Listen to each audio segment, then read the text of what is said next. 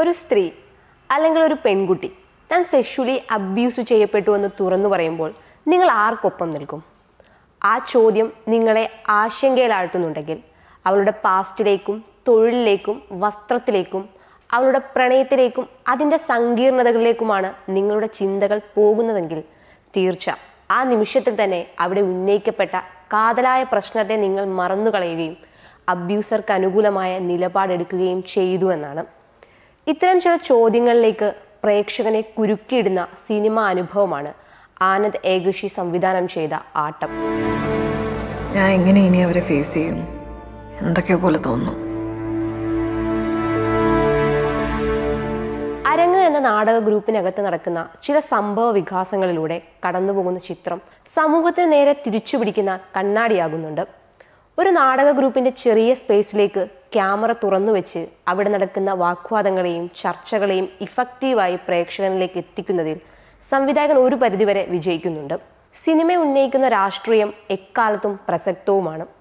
ആക്രമിക്കപ്പെടുന്ന സ്ത്രീ സമൂഹത്തിൽ പ്രത്യേകിച്ച് ആണിടങ്ങളിൽ ഏതൊക്കെ രീതിയിലാണ് വീണ്ടും വീണ്ടും ആക്രമിക്കപ്പെടുന്നതെന്ന് സിനിമ തുറന്നു കാണിക്കുന്നുണ്ട്. ഡൽഹി ഗ്യാങ് റേപ്പിനെ കുറിച്ച് നിങ്ങൾ ഓർക്കുന്നുണ്ടോ?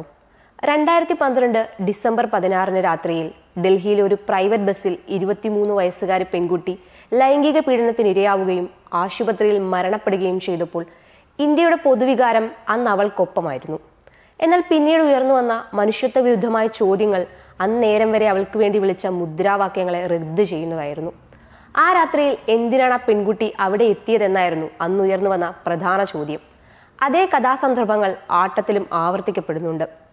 നമ്മുടെ പൊതുബോധം പെൺകുട്ടികൾക്ക് നിശിതമായി കരുതുന്ന ചില ഇടങ്ങളുണ്ട്. രാത്രി നിരത്തുകൾ, രാത്രിയിലെ ബസ് യാത്രകൾ, മദ്യപാന സദസ്സുകൾ തുടങ്ങിയ ഇടങ്ങൾ. ഈ ഇടങ്ങൾ പുരുഷന് വേണ്ടി നിർമ്മിക്കപ്പെട്ടതാണെന്ന ധാരണ തലമുറകളുടെ വ്യത്യാസമില്ലാതെ ഇവിടെ നിലനിൽക്കുന്നുണ്ട്. ഇത്തരം നിശ്ചിത ഇടങ്ങളുടെ വിലക്കുകളെ മറികടക്കുന്ന സ്ത്രീകളെ ഇവിടുത്തെ ആൺകൂട്ടങ്ങൾ സ്ത്രീകളായി പരിഗണിക്കാറില്ല. അവർ സമൂഹത്തിന് ആട്ടക്കാരികളാണ്. അല്ലെങ്കിൽ അവൾ പെണ്ണല്ലല്ലോ ആൺകുട്ടിയല്ലേ എന്ന ചോദ്യത്തിലൂടെ സ്ത്രീവിരുദ്ധമായ എൽസമ്മമാരെ സൃഷ്ടിച്ചെടുക്കും അവർ. പെൺകുട്ടികളെ ആൺകുട്ടികളെന്ന് വിശേഷിപ്പിക്കുന്നത് നിഷ്കളങ്കമല്ലെന്നും അവർ ചെന്നുകയറിയ ഇടങ്ങൾ ആണിൻ്റേതാണെന്ന ഓർമ്മിപ്പിക്കലാണെന്നും ഓരോ സ്ത്രീയും തിരിച്ചറിയണം. 2 സ്ത്രീ കഥാപാത്രങ്ങളാണ് ആട്ടത്തിൽ അവതരിപ്പിക്കപ്പെടുന്നത്. ഒരാൾ പൊതുബോധത്തെ തൃപ്തിപ്പെടുത്തുന്ന വേഷവിധാനവും ജീവിത രീതികളുമുള്ള ഉത്തമ സ്ത്രീയാണ്. മറ്റേയാൾ സ്വതന്ത്രയായ അവനവന് വേണ്ടി ജീവിക്കുന്ന പൊതുബോധത്തെ തൃപ്തിപ്പെടുത്താത്ത വസ്ത്രധാരണവും ചോയ്സുമുള്ള സ്ത്രീ. അവരുടെ പ്രണയമാകട്ടെ പൊതുബോധത്തിന്റെ ചുരുങ്ങിയ കാഴ്ചപ്പാടിൽ സെറ്റപ്പുമാണ്. അങ്ങനെ ഒരു സ്ത്രീ തൻ്റെ തൊഴിലിടത്തിൽ അല്ലെങ്കിൽ അത്രയും സുരക്ഷിതമെന്ന് കരുതുന്ന സ്പേസിൽ ആക്രമിക്കപ്പെടുമ്പോൾ ഒപ്പമുള്ള മനുഷ്യർ നിരപരാധികം അവൾക്കൊപ്പം നിൽക്കുമോ? അതല്ല ആദ്യം പറഞ്ഞ കാറ്റഗറിയിൽ വരുന്ന സ്ത്രീക്കാണ് ഇങ്ങനെ ഒരു അവസ്ഥ ഉണ്ടാകുന്നതെങ്കിൽ ഇത്തരമൊരു സംശയത്തിന്റെ സാധ്യതകൾ പോലും ബാക്കി വയ്ക്കാതെ നമ്മൾ അവർക്കൊപ്പം ചേരും. സങ്കീർണതകൾ നിറഞ്ഞ, മുമ്പ് പറഞ്ഞതുപോലെ പൊതുബോധത്തിന് ദഹിക്കാതെ പോകുന്ന പ്രണയത്തിലൂടെ കടന്നു പോകുന്ന അഞ്ജലി ഒരിക്കൽ പോലും തൻ്റെ നിലപാടുകളിൽ നിന്നും ഉറച്ച ബോധ്യങ്ങളിൽ നിന്നും ഒരിട പോലും പിന്നോട്ടായുന്നില്ല.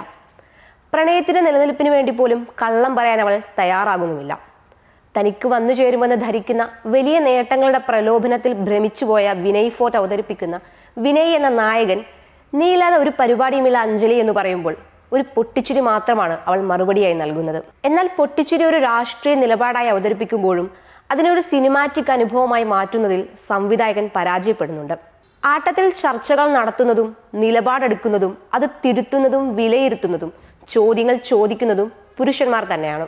സിനിമ അതിന്റെ പ്രധാന കഥാതന്തുവിലേക്ക് എത്തിയതിനു ശേഷം നടക്കുന്ന കാര്യങ്ങൾ നിലവിലെ പല സാഹചര്യങ്ങളും വിവാദങ്ങളുമായി കണക്ട് ചെയ്യാൻ സാധിക്കുന്നുണ്ട്. പുരുഷന്മാരുടെ സദാചാര ബോധത്തെയും മുഖമൂടികളെയും പൊള്ളയായ വിപ്ലവത്തെയും കഴമ്പില്ലാത്ത സ്ത്രീ അനുകൂല നിലപാടിനെയും സിനിമ ചർച്ചയ്ക്ക് വയ്ക്കുന്നുണ്ട്. പുരുഷ കേന്ദ്രീകൃതമായ നാടക ട്രൂപ്പിൽ സംവിധായകനും കോർഡിനേറ്ററും പുരുഷന്മാരായ ഇടത്തിൽ പുരുഷ കേന്ദ്രീകൃത നാടകത്തെ അവതരിപ്പിച്ചു തന്നെയാണ് സിനിമ ആരംഭിക്കുന്നത്. എന്നാൽ സിനിമ അതിന്റെ അവസാനത്തിൽ പുരുഷ കേന്ദ്രിത സ്പേസിനെ റദ്ദ് ചെയ്ത് സ്ത്രീ അനുകൂല നാടകത്തെ സൃഷ്ടിക്കുന്നുണ്ട്. അഞ്ജലി എന്ന സ്ത്രീയും മുഖമില്ലാത്ത ചോദ്യങ്ങൾ ചോദിക്കുന്ന 12 മുഖമൂടികളും 2 പക്ഷത്തു നിന്ന് സംവദിക്കുന്നിടത്താണ് ആട്ടം അതിന്റെ രാഷ്ട്രീയത്തെ വ്യക്തമാക്കുന്നത്. അബ്യൂസർക്ക് മുഖം നൽകാതെ പ്രത്യക്ഷമായും പരോക്ഷമായും അബ്യൂസർക്ക് ഒപ്പം നിൽക്കുന്ന മനുഷ്യർക്ക് മുഖം നൽകാതെ അവിടെ അവതരിപ്പിക്കപ്പെടുമ്പോൾ അവർ നമ്മൾ കൂടിയാണെന്ന തോന്നൽ പ്രേക്ഷകനിൽ സിനിമ ബാക്കി നിർത്തുന്നുണ്ട്. സിനിമാറ്റിക് അനുഭവത്തെക്കാൾ കൂടുതൽ നാടകത്തിന്റെ സ്വഭാവത്തിലാണ് ആട്ടം സഞ്ചരിക്കുന്നത്. സ്വാഭാവികമായിട്ടല്ലാത്ത, മറിച്ച് സാഹചര്യങ്ങളെ കൃത്രിമമായി സിനിമ സൃഷ്ടിച്ചെടുക്കുന്നത് പോലെ അനുഭവപ്പെടുന്നുമുണ്ട്. അവിടെയാണ് ഒരു നാടകവേദിയിലേക്ക് ക്യാമറ തിരിച്ചു വെച്ച അനുഭവമായി ആട്ടം മാറുന്നത്. സിനിമ അതിന്റെ രാഷ്ട്രീയത്തിൽ മികവ് പുലർത്തുമ്പോഴും സിനിമാറ്റിക് അനുഭവം എന്ന നിലയിൽ ശരാശരിയായി ചുരുങ്ങുന്നുണ്ട്. അഭിനേതാക്കൾ പുതുമുഖങ്ങളുടെ പതർച്ചയില്ലാതെ തങ്ങളുടെ ഭാഗം ഗംഭീരമാക്കുന്നുണ്ട്. വിനയ് ഫോർട്ട് ആകട്ടെ തനിക്ക് കിട്ടിയ കഥാപാത്രത്തിൽ ചുരുങ്ങിയതായി തോന്നി. പ്രകടനത്തിൽ പുതുമയൊന്നും അനുഭവപ്പെടുന്നുമില്ല. മഹേഷ് ഭുവനേന്ദിന്റെ എഡിറ്റിംഗും രംഗരാജ് രവിയുടെ ശബ്ദ സംവിധാനവും സിനിമയെ ഒരു പടി ഉയർത്തുന്നുണ്ട്. അനീഷ് അനിരുദ്ധന്റെ ക്യാമറയാകട്ടെ സിനിമയുടെ ആഖ്യാനത്തെ വളരെയധികം സഹായിക്കുകയും ചെയ്യുന്നുണ്ട്. നിശ്ചലമായ ചില ഫ്രെയിമുകൾ അതിന്റെ രാഷ്ട്രീയത്തെയും തുറന്നു കാണിക്കുന്നുണ്ട്.